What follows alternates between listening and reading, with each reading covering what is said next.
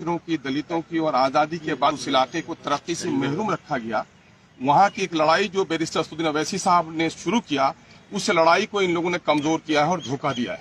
इन लोगों ने धोखा किया है, बल्कि सीमांचल की वो गरीब और महरूम जनता जो इंसाफ की तलब के लिए एमआईएम का झंडा उठाया था, इनको वोट देकर जिताया था, उस जनता को धोखा दिया है। वो कौन है? वो गरीब हैं, किसान हैं, मजदूर हैं, परदेसी मजदूर हैं, सैलाब से परेशान हाल लोग हैं, अनपढ़ लोग हैं, दवा से महरूम लोग हैं, बेरोजगार लोग हैं, उनको धोखा दिया है। मैं समझता हूँ मीर जाफरों के साथ ही मैं समझता हूँ कि राजद जैसी पार्टी जो कभी माई समीकरण की बात करती थी, अकलियतों की, विशेषकर मुसलमानों की बड़ी बात करती थी, और आज अकलियतों के दरमियान में पार्टी उठकर आई है, अकलियतों की आबादी से उठकर आई है, अल्पसंख्यक लोग जीत कर आए, अल्पसंख्यक के लोगों ने उस इलाके में अपने समस्याओं के समाधान के लिए उनको वोट दिया है, इनको तोड़ने का काम किया है, तो मैं समझता हूं कि आने वाले दिनों में इसको बड़ी कीमत चुकानी पड़ेगी।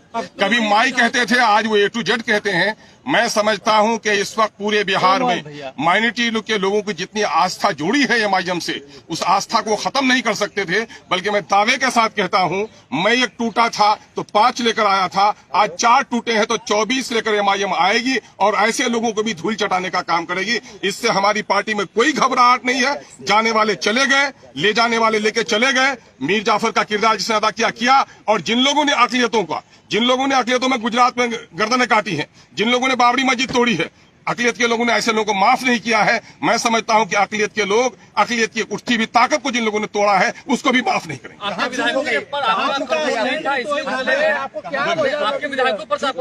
नहीं, मेरे कंट्रोल का मामला ये है, ये पुलिसिया मामला नहीं होता है, कंट्रोल है। उनको इतनी आजादी मिलनी चाहिए, सोच समझ की आजादी मिलनी चाहिए।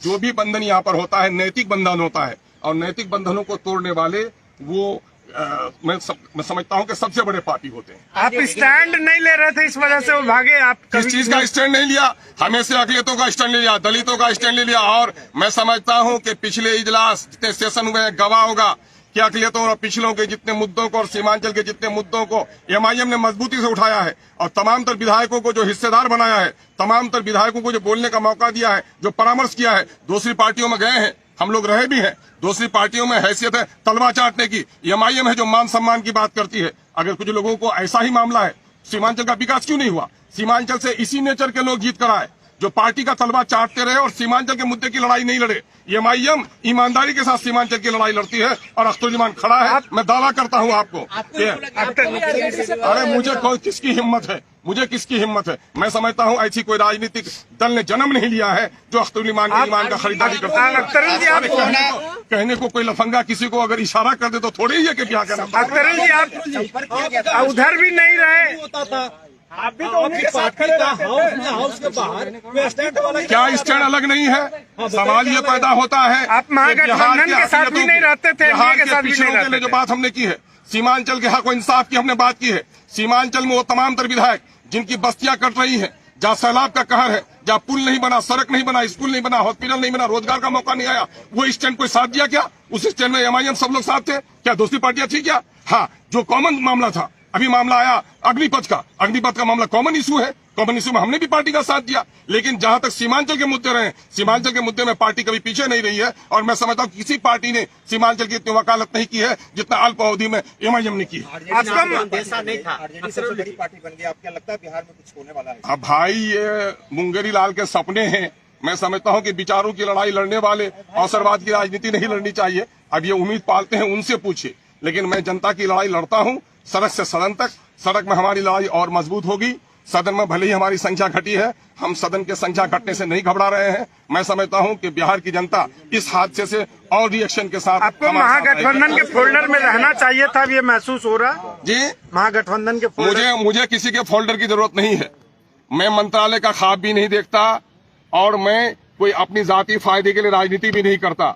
मैं तो सीमांचल की लड़ाई लड़ने आया हूं। बिहार के दबे कुचले अकलियतों की, पिछड़ों की, शोषितों की, वंचितों की आवाज बनकर आया हूं। मुझे खुशी और प्रशंसा इसी में है कि मैं उनकी आवाज बन सकूं। मंत्रालय की भी ऑफर थे मुझको।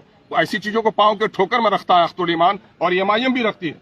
हमारे जो राष्ट्रीय अध्यक्ष हैं, उन्होंने कभी भी इन चीजों को आड़े आने नहीं दिया, हमेशा सच्चाई और हक की बात की है। और मैं उसका सिपाही हूं, पूरी तवानाई के साथ, पूरी मजबूती के साथ। इन हादसा से भी, इस तूफान से भी हमारे इरादे और अज़्म का जो दरख्त है वो हिल नहीं किसको सकता। दोषी मान रहे हैं?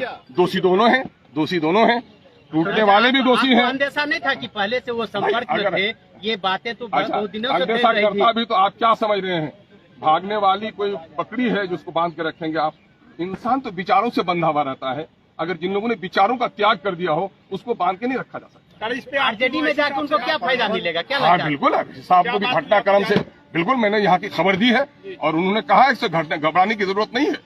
और जो जिंदा तहरीकें होती हैं ये इस किस्म के हालात आते रहते हैं और ऐसा होता है सैलाब में खसो खासा बह जाता है और जो मजबूत पहाड़ होता है खड़ा रहता है। महाराष्ट्र के बाद बिहार में भी खेल होगा क्या? अब उस खेल की बात उनको कहिए, वो खेल का जो तमाशा देख वो उम्मीद बांधे हुए हैं। महाराष्ट्र में जो हुआ है गलत है और महाराष्ट्र के खेल को जो लोग गलत कह रहे हैं वो भी या खुद गलत कर रहे हैं। बहुत बहुत शुक्रिया।